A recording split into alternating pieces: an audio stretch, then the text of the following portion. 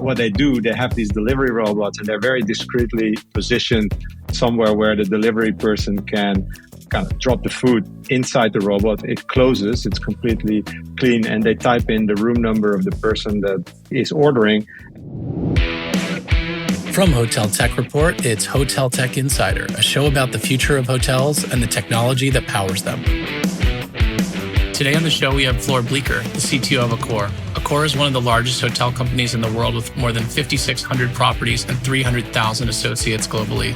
In this conversation, we talk about how technology is impacting every division at Accor, from cybersecurity to sustainability and guest technology. We go through Accor's digital transformation strategy and talk about how the organization is structured to innovate over the long term. Flor, thanks so much for coming on the show. It's great to have you here today. Well, thanks, Jordan. Thanks for having me. I'm a big fan of your website, your articles, and your podcasts. Appreciate it. It's always a great read every week. And I think probably there's no introduction needed for Accor, but maybe you'll tell us at a high level, the organization, how many properties own versus manage, and just a really 10,000 foot view of the business for us. Yeah, of course. So we are a hotel management and franchise company. We're a French company based out of Paris. We have around 5,600 hotels, and it's split down the middle between managed and franchise. We're about equal. We are the largest operator in most places in the world, with the exception of the United States and China. We have currently around 300,000 employees working in our hotels. We have over 50 brands that we manage, and some that are well known in the United States, like Fairmont and Raffles. And then we have some very big eco and mid-scale chains, mainly in Europe, like Ibis and Novotel. So you have 5,600 hotels. How many employees work at Accor globally? So it's about 300,000 employees. And how is the technology organization structured at a high level? So our company is structured around two divisions. We have a premium, mid-scale, and economy division, and we have a luxury and lifestyle division. So they each have their own CEO, they each have their own executive team, and they address different parts of the market. They are organized in turn in the PME, so premium, mid-scale, and economy, by region. So they have 4 large regions, and the luxury and lifestyle is organized by brand. So they have the key luxury and lifestyle brands there. Now, in the middle, we have something that is called the Global Shared Platform, and the divisions in there deliver services to both of the operating divisions. So Accor Tech, what I'm heading, is one of those shared services. If you want to know how we're reorganized within Accor Tech itself, so we have one division. So it's kind of nice because we have only one tech department across the hotel. So they're not regionalized or split into brands. So it's all centralized, but it doesn't mean that they all sit in Paris. They sit all over the world, but it's a centralized organization. So within our Accor Tech, we have one division that looks after the relationship with hotels. That's a large organization. We have one division that looks after global support, and that's a new one, I think, since we last spoke. So we've centralized all the support, and they have offshore centers and outsource centers that do that support worldwide. We have a division that looks after infrastructure, a division that looks after security. We have a division that looks after the applications for our internal staff. We call them tech for teams. And then there is some strategic functions as well. When it comes to digital, that is an entire different organization that's not under me, but that is also part of that global shared platform. And we call that the Digital Factory. And what is the mandate of Digital Factory? Like, what are the core activities and things that they're bringing to the hotels? So Digital Factory is the custom developed applications that we put in front of our customers. So think about websites, the central reservation system, the apps, the CRM. They do part of that as well. Are they working closely with your team on that, or it's a completely different function? No, we are married at the hip. So we work closely together on many different topics because there's not a fine line anymore between what is customer facing and what is not. And there is also no fine line in what do you do? Do you develop yourself? Yeah. And what do you take from off the shelf? And everything needs to be integrated anyway. And how do you guys think, like, as an organization about procurement of software? So I know we talked about in our last conversation for an article a couple of years ago, we talked about your multi-PMS strategy. I will get into that in a little bit. But when you just generally think about technology build versus buy, how does Accor think about, okay, well, there's this new AI tool on the market, or we have a business problem in our Middle East division and tech can solve it? Like, how do some of those problem solving and looking at technology as solutions, how does that come to fruition? And how are technology decisions made internally when you're either building or buying? Okay, so the build or buy is quite simple. So we've made a conscious decision to buy everything that is commodity and where we have vendors that can do that better and at a lesser cost than we can. And we build only if it gives us a competitive advantage. And that, I think it was always like that, but the needle has shifted significantly because there were categories of platforms that were not available on the market and that everybody built themselves. Think about the PMS, for example, that wasn't available in the past at the scale and in the way we needed it. So we built our own.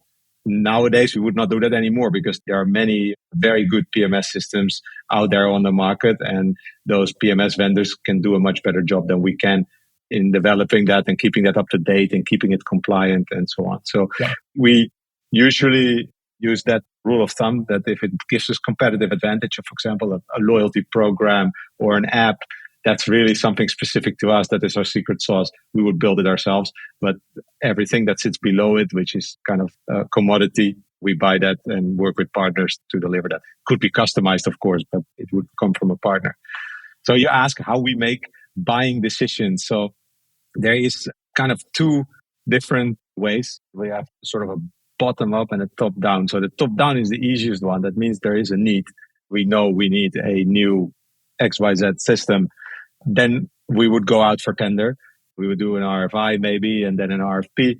And there's a process internally to evaluate that. And then there is a negotiation, and then you sign with a partner. And that can either be a corporate purchase where we buy something that we use ourselves or something that we would resell to our hotels, or it could become a brand standard. And then it would be the hotels buying directly, but through our catalog, for example. And so that is the top down. That is the kind of the easiest one. But then we have bottom up as well. And that's where there is something that works really well in maybe a region or maybe a brand or a hotel. There's a specific need. They've purchased something and it works very well. And it grows within the company and it slowly becomes a standard. And those are normally the most interesting ones because that's where you come with things that you don't know you needed and that come up. So I'm glad we have done a lot of acquisitions in the past because it means that a lot of brands came with their own systems and we picked and choose some very nice ones there. It's also nice that we are present in many, many places and that we often take over hotels that were independent hotels or that were a part of another group, and they also bring in innovation. So it's a good combination. And when you guys either flag or buy a hotel, does your team take like an inventory of the technology systems that are in place at the start and kind of catalog that in a centralized way? Yeah, so we do a due diligence, obviously, when it's like a takeover from our existing hotel. If it's a brand new hotel, then we have a set of brand standards, and we have a team that actually looks after new hotel openings within Accor Tech. They help then the owner build according to our specs. But if it's a takeover, a little bit different because obviously it comes with a set of technology. And if it's a single hotel, we do exactly what you say. There is a due diligence process, and then there is an improvement plan that the hotel needs to follow in order to maintain the standard. And then we have different levels of standards. So some are absolutely mandatory. We need it in order to distribute, in order to provide loyalty, security, etc. And then we have a number of optional standards as well that they can implement if they want to. Are there any recent examples that you can think of where you guys either flagged or bought a hotel and like got into the diligence process and were like, holy shit, they have this technology we've never heard of that's like driving revenue or creating efficiencies or anything like that?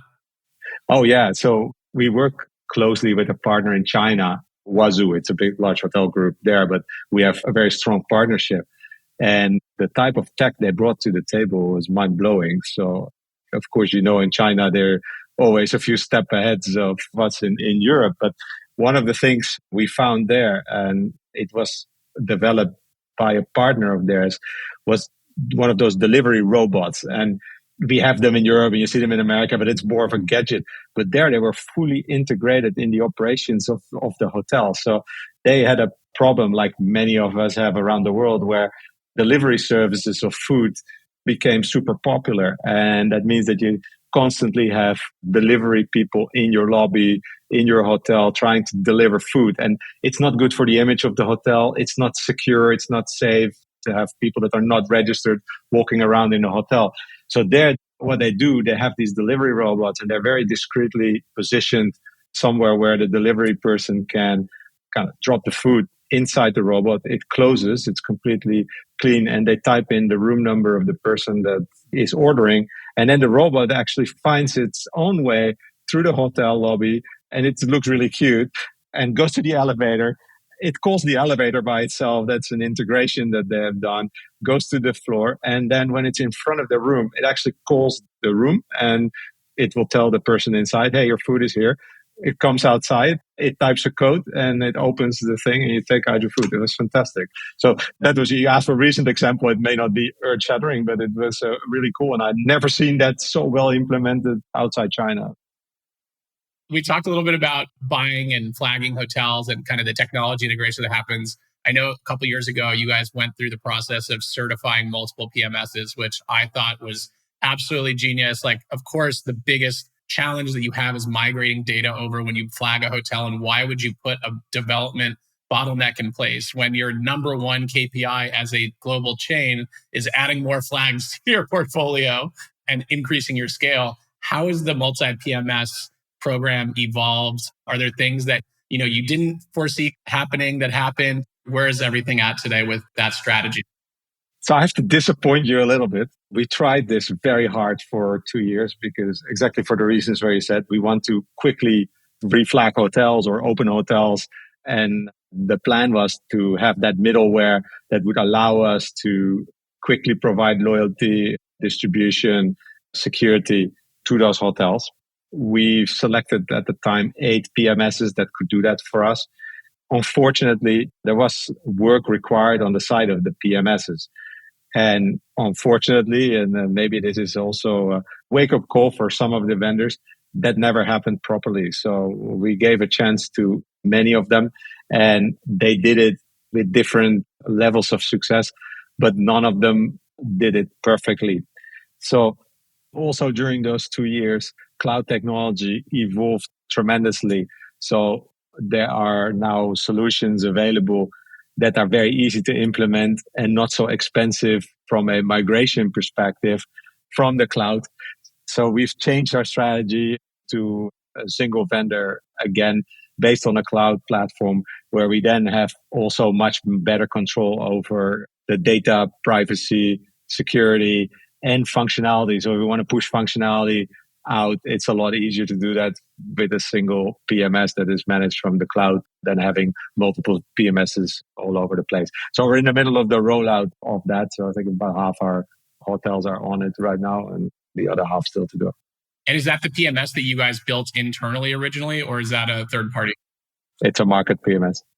And so it sounds like technology has evolved. Like obviously UiPath and other robotic process automation companies existed when you guys started down the multi-PMS strategy, but I feel like they've advanced, exponentially since then. Is that kind of the technological innovation that's enabled you guys to quickly migrate hotels?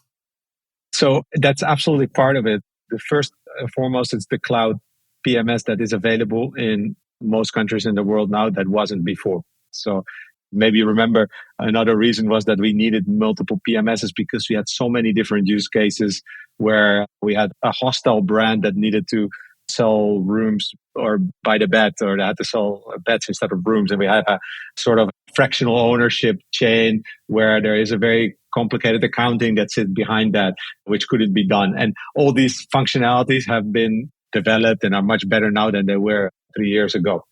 Then the cloud itself, having it compliant with all the local data regulations. So there's complex regulations that came into play in China, in Russia, in the European Union, in Brazil. And it's very hard to keep up with that if you have to manage multiple vendors as well.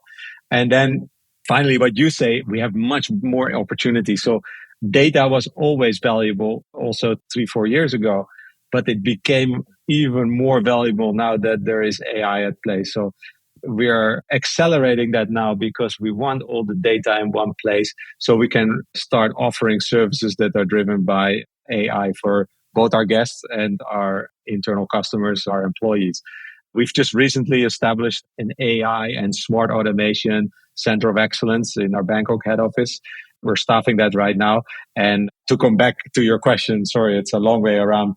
The first focus for them is actually RPA, and they have identified a number of use cases in hotels where RPA can really help, and we're currently implementing that. So you should probably know with our hotels, there's so many back office processes that don't really add value to the interaction with the customer or with the employee, and that can easily be automated now that we have AI, standardized data, and cloud services. Last time we spoke, you talked a little bit about the ventures division that you guys have, where you guys invest in some hotel tech companies. I think D-Edge, Daily Point, Trebo, we talked about. There was a POS I think you guys have since sold to Muse, if I recall correctly. Where's the ventures division? How's that evolved? So we still do. The ones that you mentioned, except the last one, we still have them. So they are adding strategic value to our core, and that's why they're still there. A recent one, we came actually out of our innovation lab where we have invested in a company called Fullsoon. You should look them up. I don't know if they're probably on your catalog. And they use AI to handle food waste, to predict the food that need to be prepared much better. And it really reduces the waste of what we have in hotels. So that is a recent example, and one that could become very big when this becomes regulation everywhere around the world. I know cyber is obviously top of mind for everyone. There was, an MGM hack this past year that was just massive. And I know it's never good to talk too much about cyber because the hackers love to hear what's going on. How do you guys think about cybersecurity at a high level? I know that this division is under you and this isn't your direct purview, but I'd just love to hear your philosophy and if there are any interesting tools or strategies that you think hoteliers should be implementing today in their businesses, either at the chain scale or at the independent level. So obviously, cybersecurity is absolutely key for us, probably one of the most important things we do. It has visibility all the way up to the board, where we report on the progress of cybersecurity during every board meeting. We use best-in-class partners, best-in-class tools. I won't go into too much detail, of course, but what we try to establish is a zero trust security philosophy where we want to make it as easy as possible for our employees, our partners to connect and use the systems that we have, but that we apply the security in the center so we don't have to apply it in every endpoint. And that works very well for us. So traditional security was perimeter based. So it's firewalls and everywhere. But once you're in, normally you're a trusted person and you can do what you want. We've changed that. And with zero trust, it really is the asset or the application that is secured. And regardless of where you come from, you get the same level of trust. Is there a changing nature of the types of attack attempts that you guys have experienced in the last couple of years, or the types of risks that you're trying to mitigate? Yeah, absolutely. So what has become very annoying is impersonalization. And a few years ago, that was still quite rudimentary and easy to pick up by tools because it was someone that wrote bad English with a link that was very obviously a phishing link. But these things become better and better. And with AI, it's a little bit scary what they can do on that. So to mimic someone's voice or even someone's video is possible. So if someone really puts the effort in, you can really impersonate someone quite realistically. So, and that requires for us and for our security team to implement new systems to detect that again. And it's an endless cycle, of course. But that's definitely happening more and more compared to the old-fashioned phishing attacks that we had before.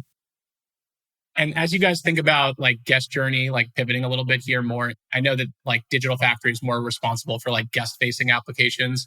What I've seen kind of in our world is kind of a converging of feature functionality across tools. So you get an upsell tool that does messaging, that does digital authorizations.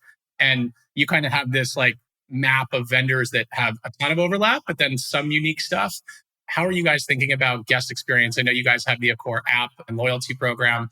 How do you guys plug in guest technology, and what is your general philosophy? Is it system wide or is it by chain scale? How do you guys think about it, all of that? Traditionally, we've been very good at customizing guest journeys online, so with pre-stay and after stay, but we're not that good at it when the guest walked into the door of the hotel. So we've been putting a lot of effort into extending that guest journey and the personalization from online into the in-stay experience.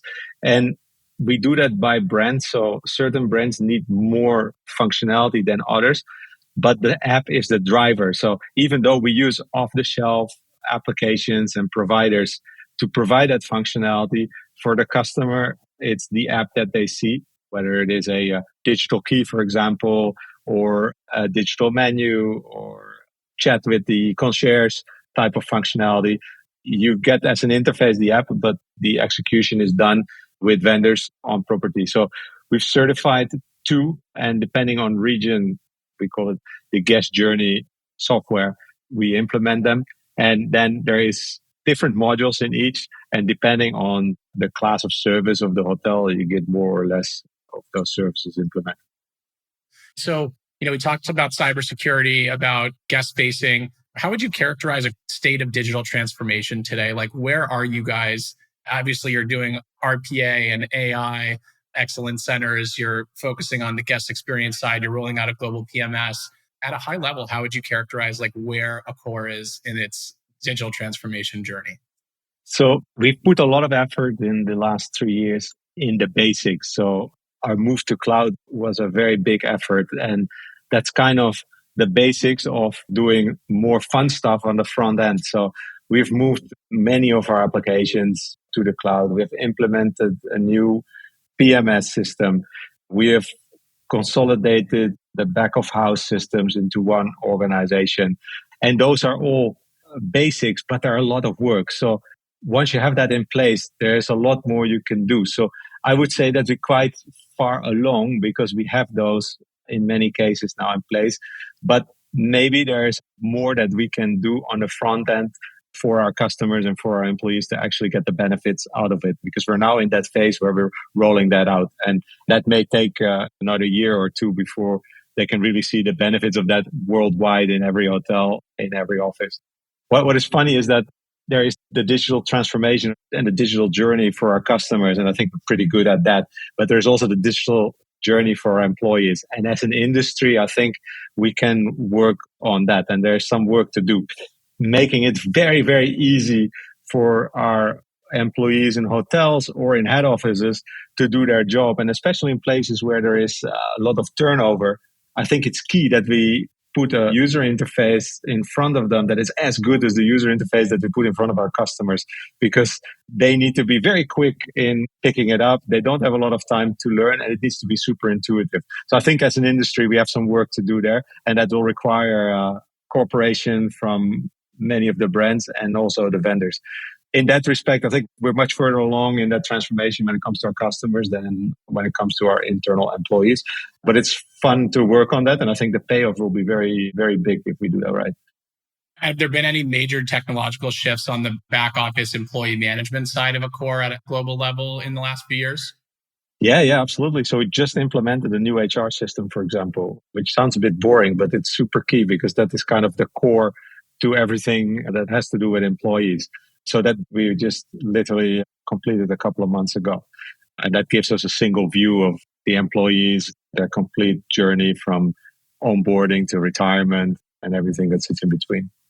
And do you guys have any tools? Like I know in the hotel industry, a lot of times like GMs will want to hop between properties, and that working with a company like Accor is like one of the amazing benefits is you can go from Dubai to Thailand to the Philippines, and you can have this amazing global lifestyle while growing your career, which almost nobody else can. I mean, a little more in a remote world, but do you guys have any good systems in place internally that allow for like the progression of someone at a global level?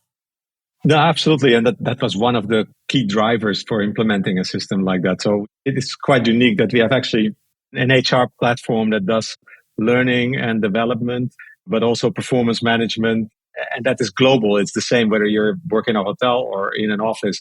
And we use that to identify talent and to do our talent reviews, and then also to identify people that could move from one to the other. You're absolutely right. I think that we need to do much better as an industry to promote that, because we're one of the few industries where you can literally work anywhere in the world and do kind of the same thing. So without much training, it's truly unique to us, and it should be a major attractiveness factor to work with us in the industry. From an AI perspective, you mentioned that you have this new center of excellence in Thailand that's focusing on AI. Are they interfacing with, sales, marketing, revenue management, guest experience, and like trying to figure out, prioritize the best and highest use cases? Or how are they thinking about your AI journey? Yeah, absolutely. So it's again two ways. So there's a little bit top down. We just implemented an AI based on our office. So I'm not mentioning any names, but you can imagine who that is.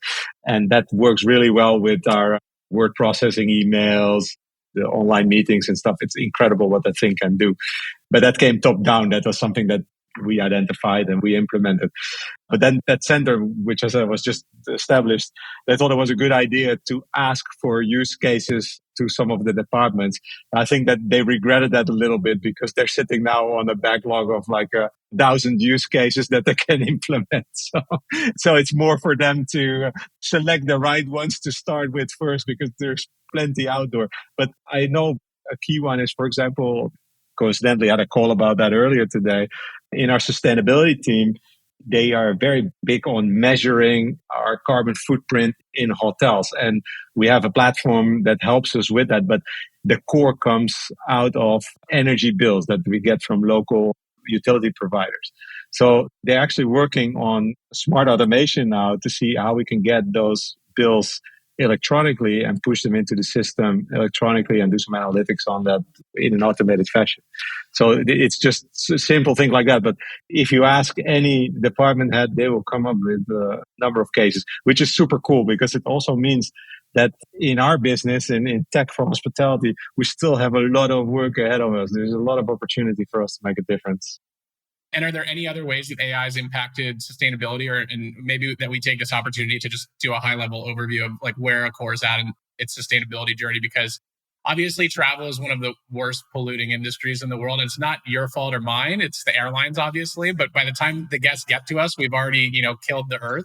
But I know for that reason, it's so important once they get in destination that we are responsible on our end.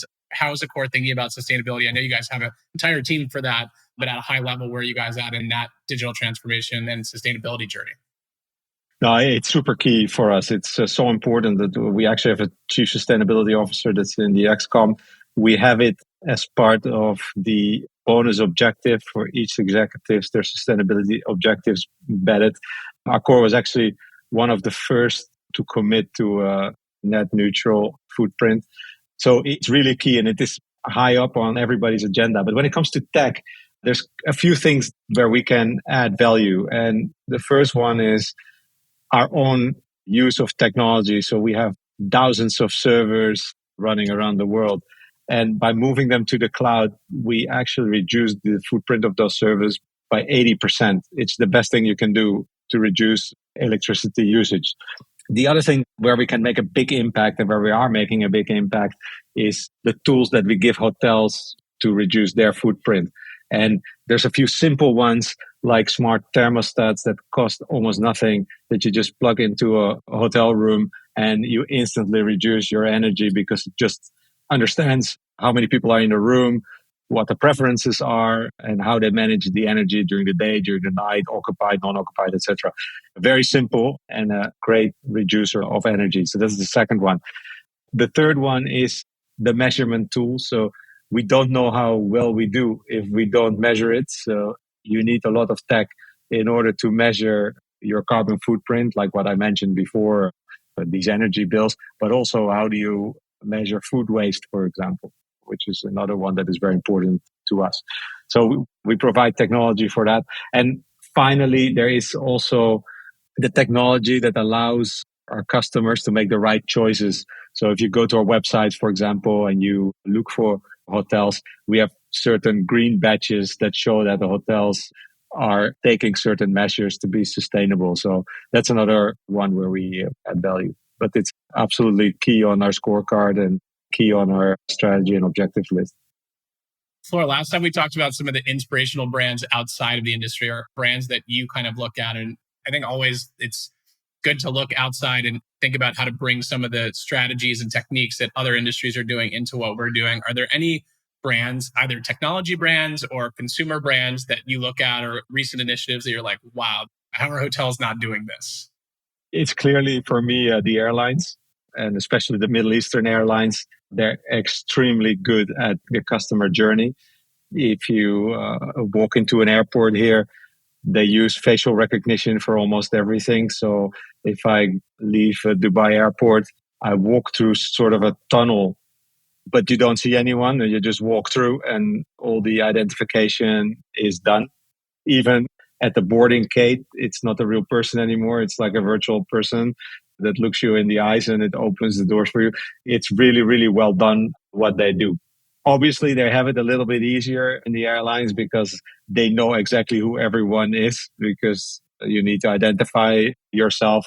It makes it quite easy that everybody departs and arrives at the same time in an airplane, but it's not an excuse for us not to do it.